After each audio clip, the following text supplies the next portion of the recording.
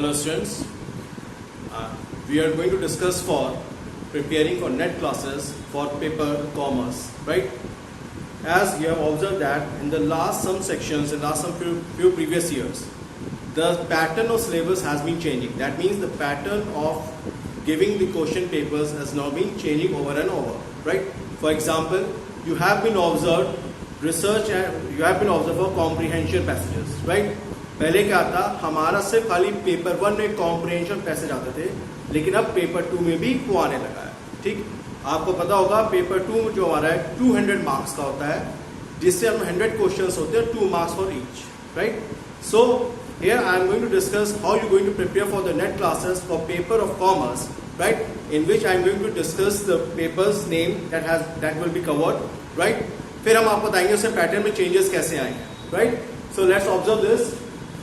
जो commerce paper हमारा, I am again telling you कि 200 नंबर का पेपर होगा, 100 क्वेश्चंस होंगे और एक क्वेश्चन 2 मार्क्स का होगा, right? Subject we cover it first is business environment, international business, right? ये सब्जेक्ट है जहाँ पे micro macro environment of business के बारे में पता चलता है, जो एफडीआई के बारे में बताते हैं, राइट? जो क्वेश्चन यहाँ पे कवर हो रहे हैं वो जनरली क्वेश्चंस कवर होते हैं 5 to लेके 8 क्वेश्चन तक कवर किए जाते हैं, राइट? सेम जब अकाउंटिंग ऑडिटिंग में आते हैं, यहाँ पे चेंज आया है. पहले अकाउंटिंग ऑडिटिंग में नंबर क्वेश्चन ज्यादा थे, अब ये मिला के 5 क्वेश्चन तक हो गए. अब जब आप इस पेपर तैयारी करेंगे तो ध्यान रखिएगा, हमें अकाउंटिंग स्टैंडर्ड्स पढ़ने हमारे जरूरी है. अकाउंटिंग स्टैंडर्ड्स पढ़ना जरूरी है और एक हमारा होता है IFRS, it is called international financial reporting system, right? अगर आपको ध्यान होगा तो अभी जो आज के टाइम में हम लोग चल रहे हैं, सेबी है, SBI है, ये सब IFRS को ही फॉलो कर रहे हैं, यानी कि अकाउंटिंग स्टैंडर्ड्स को फॉलो करके चल रहा है, right? Next is your business economics. Business economics कह लें या मैजिक इकोनॉमिक्स कह लें, बात देखें, या आप प्रिंसिपल ऑफ इकोनॉमिक्स की बात करें तो भी आप उसमें करेंगे, क्योंकि उससे खाली फर्स्ट चैप्टर चेंज है. जैसे बिजनेस इकोनॉमिक्स आप बात करेंगे तो आप बात करेंगे व्हाट इज मैजिक इकोनॉमिक्स या व्हाट इज बिजनेस इकोनॉमिक्स, उसका नेचर, स्कोप, इंपॉर्टेंस. बाकी अगर आप यूनिट्स देखेंगे, डिमांड है, प्राइस इलास्टिसिटी ऑफ डिमांड है, प्रोडक्शन है, ये बाकी पूरा जो आपका कंटेंट है पूरा सेम एज इट इज है, राइट? यहाँ पे चेंजेस क्या हुआ है कि अगर आपको ध्यान दिया हो, हम लोग पढ़ते प्राइस इलास्टिसिटी ऑफ डिमांड पढ़ते थे. जो पहले क्या आया था, जनरली इसमें हम लोग न्यूमेरिकल सॉल्व करते थे, राइट? लेकिन अब क्या हो रहा है, ये पूरा क्या हो गया है, थ्योरेटिकल में कन्वर्ट हो गया है.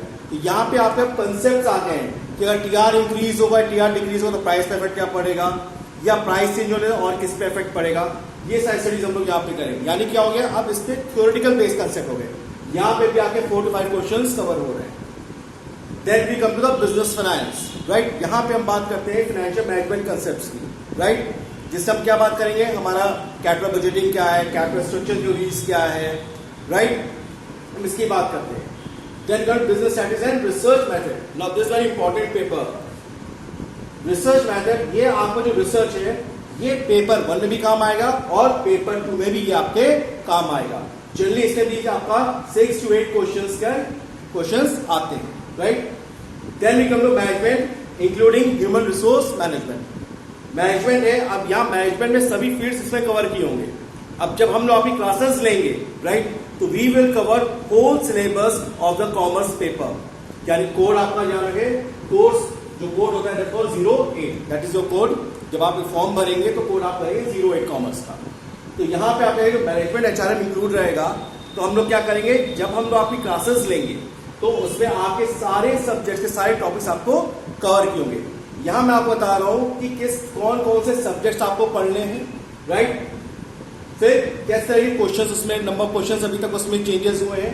जो सबसे मेजर चेंज हुआ है वो मैं आपको बताएंगे. Then there is a bank and financial institutions, right? Next is banking finance. Now this is very important paper.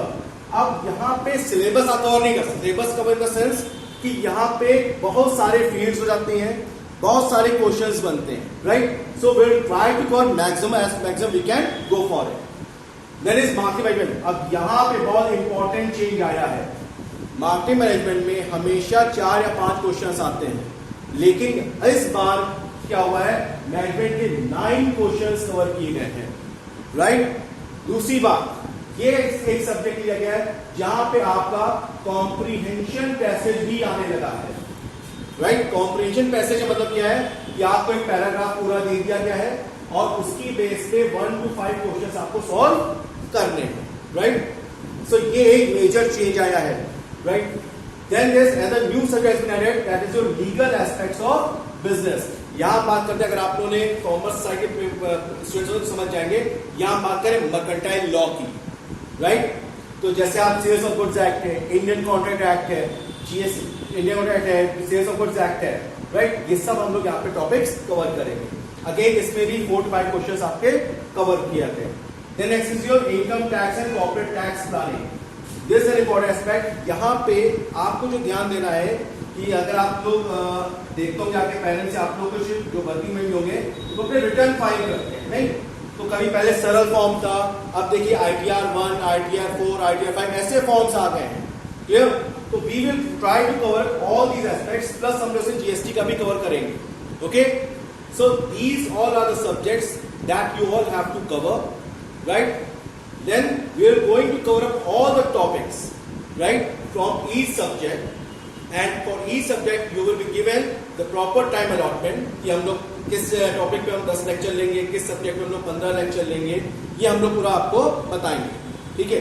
अभी आपको जो तैयारी करने का कंसेप्ट है, बिल्कुल भी इस फेज से मत आएगा कि हम सेलेक्टिव करेंगे। प्लीज, कंपटीशन की पढ़ाई कभी भी सेलेक्टिव स्टडी नहीं होती। द मोमेंट आप सेलेक्ट करेंगे आप समझिए कंपटीशन से बाहर हो गए, okay. You have to cover each and everything. For example मैं बताता हूँ, अभी मेरे को स्टूडेंट से बात हुई तो उन्होंने बोला कि सर हाइपोथेसिस और उस पर तो क्वेश्चंस आए नहीं, लेकिन स्टैटिस्टिक्स में जो कवर किया गया था वो प्रोबेबिलिटी नॉन प्रोबेबिलिटी कवर किया गया था। लेकिन इसका मतलब ये नहीं कि हाइपोथेसिस छोड़ देंगे, क्वेश्चन नहीं आया तो, बिल्कुल भी ऐसा मत सोचिएगा। हाइपोथेसिस होगा, सैम्पलिंग होगी, चाहे वो प्रोबेबिलिटी नॉन प्रोबेबिलिटी सैम्पलिंग हो, आपके type 1 error, type 2 error hypothesis testing की बात हो, राइट, रिसर्च प्रोसेस की बात हो, राइट। यहाँ पे जो हम बताएंगे जो भी आप लोग पढ़ रहे हैं, जैसे डिसीजन मेकिंग प्रोसेस होता है या रिसर्च प्रोसेस होता है, सीक्वेंस जरूर ध्यान रखिए, राइट। और बहुत सी जगह तो स्टेप्स आप लोग अपने कॉमन सेंस इस्तेमाल कर सकते हैं। फॉर एग्जांपल जैसे प्रीवियस ईयर में क्वेश्चन आया था जिसमें स्टेप था वेरिफिकेशन वाला। आप जानते हैं अगर कोई भी फॉर्म होगा सबसे पहले फॉर्म भरेंगे, ठीक, उसके बाद वेरीफाई होगा ना। तो वेरीफाई क्या होता है, एक लास्ट स्टेप हो जाता है। तो वो आपको वहां पे एक आपको अपने कॉमन सेंस से भी आंसर्स प्रिपेयर करने होंगे, राइट। हम आपको जब क्लासेस कंडक्ट कराएंगे तो आपका बीच में मॉक टेस्ट भी हम लोग लेंगे, जहाँ पे आपको ऑनलाइन हम टेस्ट पेपर्स देंगे, आप सॉल्व करेंगे और हम उसके बाद आपको स्कोर शीट भी आपको उसको उपलब्ध कराएंगे, right. So students, these are subjects, around about 10 subjects over there.